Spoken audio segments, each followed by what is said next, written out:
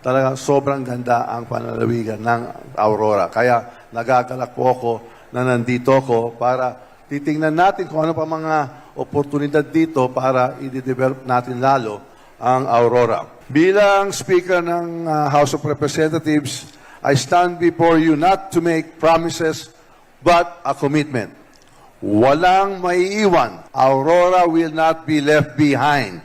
Lahat ng pinag-uusapan natin kanina, tutuparin po natin. Kaya napaka-importanting Aurora sa ating bayan.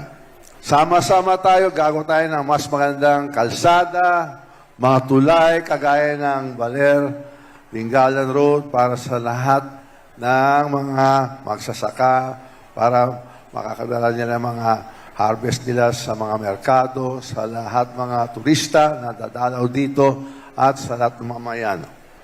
Gagawin din natin ang mas malakas na healthcare services na sinabi natin yung Aurora Memorial Hospital. Kaya dapat talaga, yan talaga ang prioridad natin bukod sa pagkain, medisina ang kailangan ng ating lalawigan. Tutulungan din natin ang agrikultura at ang mga isda dito bilang lifeblood yan ng Aurora. Progress is not just about big cities.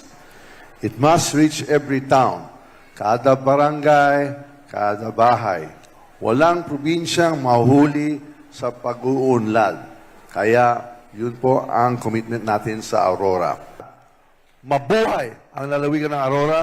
Mabuhay ang sambayanang Pilipino. Maraming salamat at magandang araw sa inyong lahat. Salamat po sa karangalan ng imbitasyon dito sa Araw ng Aurora.